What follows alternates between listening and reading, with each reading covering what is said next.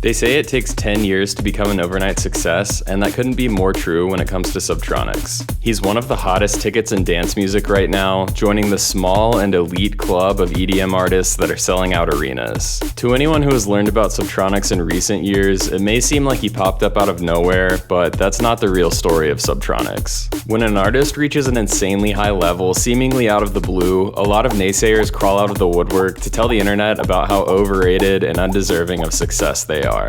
It's just par for the course, and Subtronics isn't immune to this treatment. So to prove the haters wrong, we'll be taking a look back on the long and not so glamorous journey Subtronics underwent to get to where he is today. Subtronics' real name is Jesse Kardon, and he was born and raised in Philadelphia, where he still lives today. Music was a big part of his life from a young age, and his dad played a big role in that. So I was born into a definitely musical family. My dad was in the music business all through the 70s and 80s, and he would tour manage a band called the Hooters all over Europe, and there's pictures of him wearing denim jackets all over, from the 90s and stuff. He was in like classic rock and like folk and like Americana stuff, not EDM whatsoever. His mom was also a bit of a hippie in her younger years. She was grounded as a teenager for sneaking out in an attempt to hitchhike to Woodstock. Jesse played a few different instruments as a kid. The main one was the drums, but he also took up playing the piano at 4 years old. He took drum lessons at the Paul Green School of Rock in Philadelphia and ended up playing in a band with his friends as well as his high school band. He got into skateboarding when he was 7 years old, and he said that it consumed his life from age 7 to 17, and he even dreamed of going pro. What was the 10-year saga before age 17? Not rehab or weed or dubstep, but it was skateboarding. Skateboarding and playing the drums.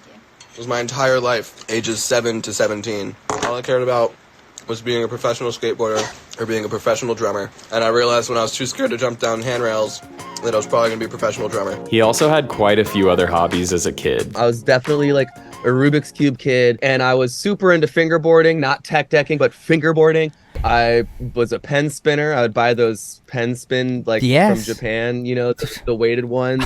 I had a fake butterfly knife that I got really good at and like taught myself a bunch of stuff. Pogo sticking, obviously I was a huge skate rat. Really, there's like any weird thing that like I could get good at that was different. I spun poi. I started spinning poi for about 2-3 years, and then I got really into contact poi and tech poi. Everywhere I go, I would spin contact poi, and it was kind of functioning for me the same as kendama functions now, and that like it was like my anxiety device and my like how to talk to people in social settings without actually having to overthink it, because I'm spending half my brain on what I'm doing with my hands. As far as his early musical taste, he listened to a somewhat wide variety of artists. I'm like a Radiohead kid, and I liked Aphex Twin, and I liked RJD2, and I grew up on like a weird instrumental sort of computer, like Animal Collective is like a lot of synths and stuff, you know what I mean? He would download a lot of music on LimeWire, and one day he found a Scream dubstep mixtape that featured a lot of original dubstep tracks that were blowing up in the UK at the time. Keep in mind that this was before Tear Out dubstep blew up in the US, before Skrillex supposedly single-handedly killed off the UK dubstep scene. Finish him! Now, somewhere around the time that he discovered dubstep, he also became fond of the Devil's Lettuce. Smoking the soul-destroying reefer, they find a moment's pleasure, but at a terrible price. Debauchery, violence, murder. He started smoking in 9th grade and eventually began stealing to support the habit, which got him in trouble with law enforcement. Obviously, his parents found out and they decided to put him in outpatient rehab, and they also made him switch to a different school. Now, before I continue, I want to be clear that the reason I'm including this is because it's a key part of the story of Subtronics' come up, and he's also talked about this openly in many interviews over the years. During high school, while still in outpatient rehab, he continued to dive deeper into dubstep, becoming a fan of Rusko, Caspa, and Excision, just to name a few. He also got an internship at a recording studio while in high school, which is where he vaguely learned how electronic music was made. To be clear, he didn't learn how to make electronic music at that time, but he asked one of the employees how it was made, and he was given a general description that gave him an idea of the process. So that sparked an interest in production, and he gave it a shot briefly. I had experimented with like Reason in high school and like Logic in high school and Ableton, but gave up. He also had a job in high school at Acme, which is an East Coast grocery store chain, and this plays an important part in this next part of the story. Yep, get more for your money with Acme frequent buyer checks. Right around the time that he graduated from high school in 2011, he went to his first EDM show to see Rusko, which turned his life upside down, but not in the way that you might think. In 2010, I went and saw Rusko, who was finally playing in America. I saw Rusko for the first time live. Long story short, I was in outpatient for getting in trouble for smoking weed, and mushrooms don't show up on drug tests. So I ate a ton of mushrooms. And so at my very first dubstep show, which was Rusko, I had a crazy like ego death moment. And I ended up in the fucking back room at the Electric Factory. And if anyone knows the Electric Factory, once you're there, they don't let you back in the show. So it's a whole long story, but I ended up waking up in the hospital. My parents were so freaked out. They were like, you can either go to rehab and then college, or you're on your own. Whoa. I was 17 and ignorant. So I was like, I guess I'm just going to rehab now. And then I was in and out of inpatient rehab and halfway houses for smoking weed. And I was in AA for probably about 7-8 years. He felt extremely pent up while he was in rehab because he had just been to his first EDM show ever, and he couldn't go to another one until he got out. He said that he had some deadmau CDs burned onto a Walkman player that he would listen to in order to enjoy some electronic music and pass the time. Now, the whole time that he was in rehab, he was receiving unemployment money from getting laid off from his job at Acme, and by the time he got out, he had enough money to buy Ableton and some Vengeance sample packs. After he got out of rehab, he moved back home with his parents and started producing, but he said that he sucked at it. Eventually, he got caught smoking weed again, so his parents sent him to a halfway house in Scranton, Pennsylvania. They call it Scranton! What? The Electric City! Scranton! What? As a quick side note, if you're a fan of Subtronics, then you're probably aware that he still loves weed to this day, and to be clear, his parents are now cool with this, but they wanted to make sure that he had the tools to keep from going down a darker path. So now that he has proved himself, they're not really concerned with him smoking weed. Okay, now we can get back to the story. So at this point in his life, the only obligation that he had was to go to AA meetings, so this time he decided to get serious about producing. After getting out of the halfway house, he continued to live in Scranton while attending junior college there and obviously producing in his free time. But yeah, I lived in Scranton. It was horrible. It was awful. I was surrounded by pro-lifers who didn't believe in evolution. I was super depressed and way more overweight, and completely hated my life for about 4 years. I had like 2 actual friends there, and then a bunch of other people in AA that just gave me shit constantly for being an individual, and I hated it. So I was like, fuck this, I'm gonna do some cool shit instead. I got on the internet, and I just started making friends with other dubstep producers who also had no friends and hated their lives. That community of people later kind of became Rhythm and like Tear Out and the underground dubstep scene, and that's kind of where this current generation of dubstep kids are all coming from. We all met each other like 6 years ago on the internet. He began releasing music on SoundCloud under the name Architect, and he also had a side project around that time called Kardon, which is his last name, but it was pretty short-lived. He eventually ditched the Architect project to start Subtronics in 2014, and this was all while he was still living in Scranton. The name Subtronics is intended to be a combination of the words subwoofer and electronics, both things that he loved. It appears that sometime after high school he got really into car audio, which is probably where the love for subwoofers came about, and everyone knows that bass music just isn't the same without those powerful low frequencies. While he was still living in Scranton, he would go out of town to see shows, one of which was a Trollface show in New York City, which was his first Rhythm show. This was a big moment for him because it was when he found a scene that he really loved and he knew that he could break into.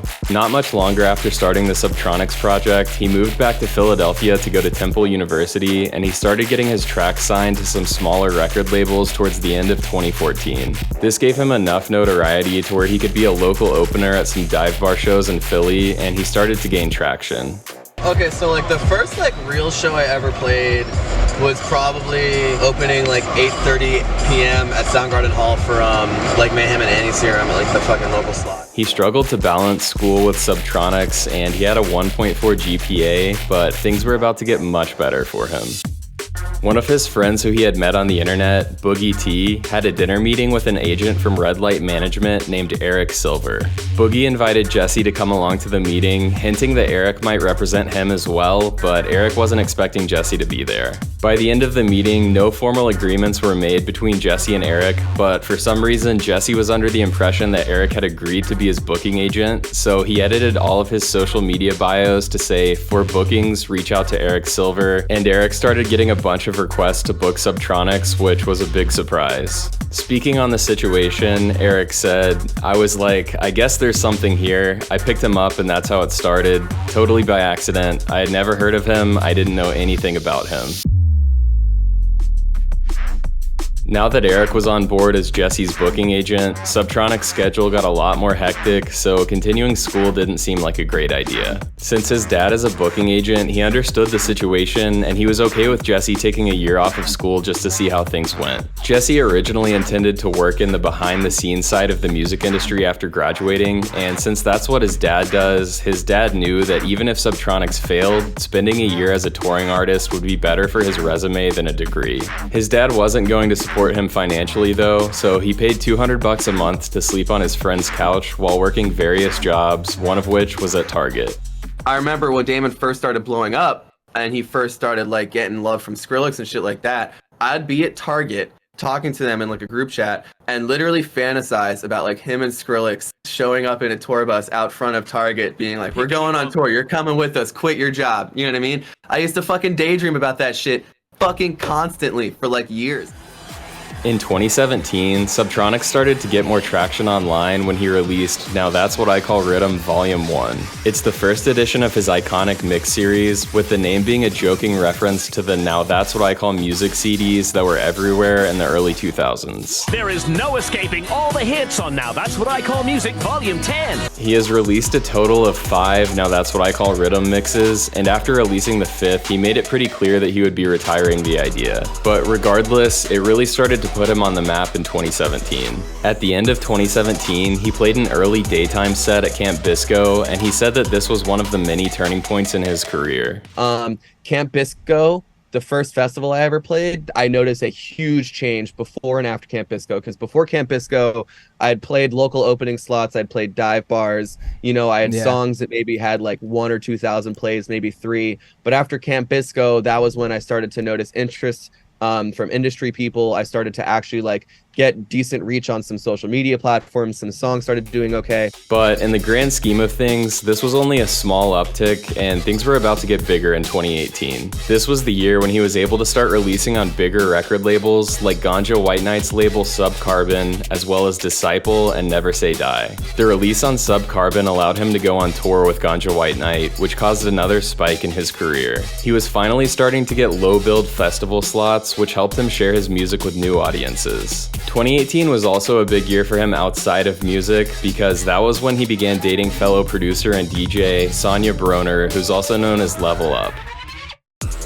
By this point in his career, Subtronics had plenty of momentum and was continuing to grow, but he wasn't a household name yet, though his big break was coming. 2019 was arguably the most pivotal year for Subtronics for 2 main reasons, though both of those reasons are closely related. The first of those reasons was when he played Griztronics for the first time ever at Electric Forest that summer. It was one, the most fun and best set I think I've played, and I think the best crowd responses I've ever gotten. And 2, I just think about the track list that it was like the first time I'd played Griztronics ever. Like, yeah, I'm definitely gonna remember that for the rest of my life, forever, for sure. Second, roughly 2 months after Electric Forest, he and Grizz released Griztronics, and the craziness ensued.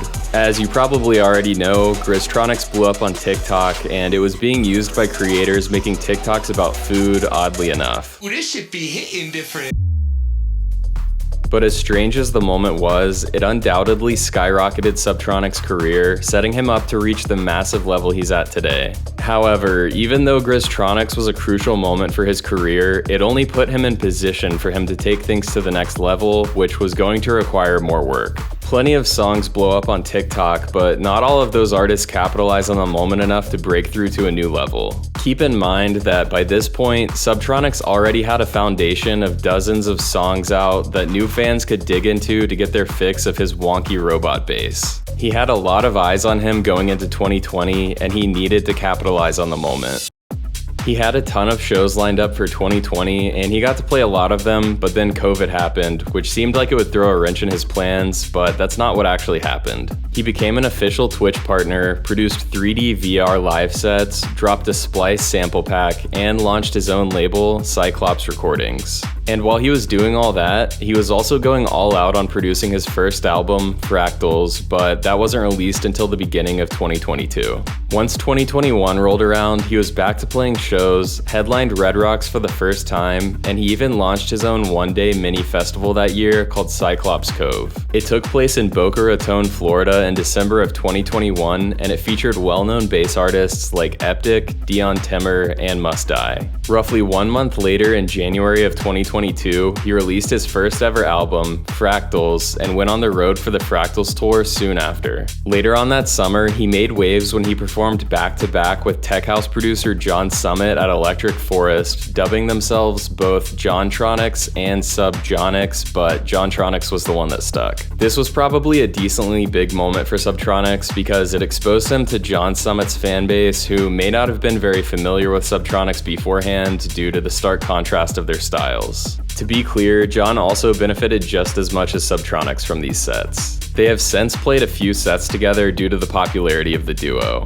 For all of the previously mentioned reasons, 2022 was undoubtedly the year that his momentum went full force, propelling him to the level of popularity he's at today. At the end of the year, he released Anti-Fractals, which contained a bunch of Subtronics VIP remixes of Fractals, as well as a bunch of remixes from other talented bass artists. In 2023, he embarked on the Anti-Fractals tour, his biggest tour ever, selling out major venues across the country like the Kia Forum in Los Angeles, and he also picked up plenty of new fans along the way. One of the biggest bass music producers and performers in electronic music. His debut album, Fractals, landed at number 4 on the Billboard dance charts, and tonight he kicks off his Anti-Fractals tour at the downtown Las Vegas Event Center. Let's welcome to the show, Subtronics. Hello. He also sold out Red Rocks again for the 3rd year of Cyclops Rocks. The culmination of all of his momentum from the past few years had finally been fully realized. Even with his newfound level of success, 2023 was also a big year for other reasons. In October of that year, he married Sonia, aka Level Up, his girlfriend of 5 years. Plenty of other dubstep DJs were in attendance, like Uber, Wooly, and his longtime friend Boogie T, who he can thank for helping him get a booking agent all those years back. After a monumental 2023, this brings us to 2024, and the momentum hasn't let up. On February 16th, he released his newest album, Tesseract, and he kicked off the Tesseract tour the same day in Minneapolis. He continued on to sell out more arenas such as the Barclays Center in New York and the State Farm Arena in Atlanta. Selling out arenas is something very few artists are able to do, and it's even more rare for an electronic artist to do that, so it's an impressive feat, no doubt.